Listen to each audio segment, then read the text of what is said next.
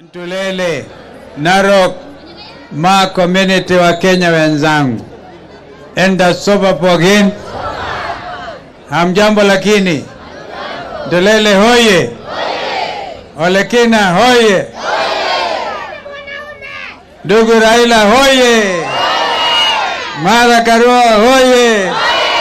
Azimio hoye. Kenya nzima hoye. Mambo mengi ya kueleza kwa kiini, ameeleza kwa kiini na ukamilifu mkubwa sababu ambayo imetuleta hapa Mheshimiwa Raila Odinga.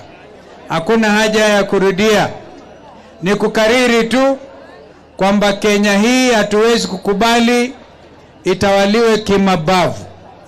Hatuwezi kukubali Kenya iwe ni nchi ya wizi wa kura.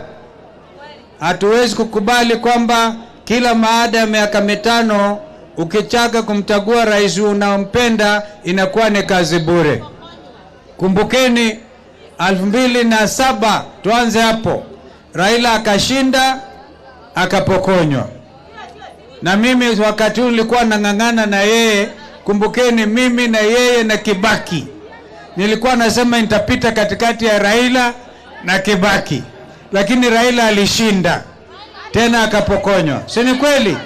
Inji ikaharibika wakati huo, wananchi wakakataa, hakuwa na mpangilio kama ambao sasa hivi tuko nao na ambao Raila mwenyewe ameeleza. 2013 tukarudi, nikasema safari hii ngoja ni muunge Raila. Si tulishinda?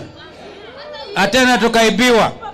Tukaenda kwa mahakama kuu wakati ule, wakatoa uamuzi ambao ulikuwa mbaya zaidi. Lakini Raila na mimi tukasema hatukubaliani na uamuzi, lakini tutafuatilia tu.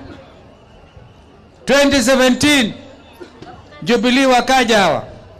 Hata Uhuru ndiye alikuwa mkubwa wa Ruto. Si ni kweli? Tena tukawashinda.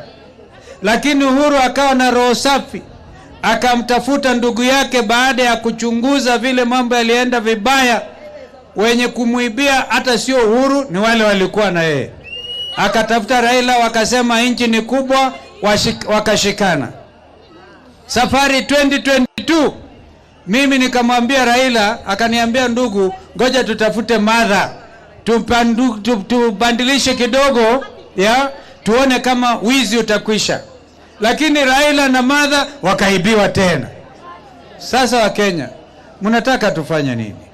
Safari hii wale ambao waliiba ng'ombe yetu, ng'ombe wa Masai, tukasema tutafuatilia ng'ombe yetu. Wangapi wanasema lazima tufuatilie ng'ombe?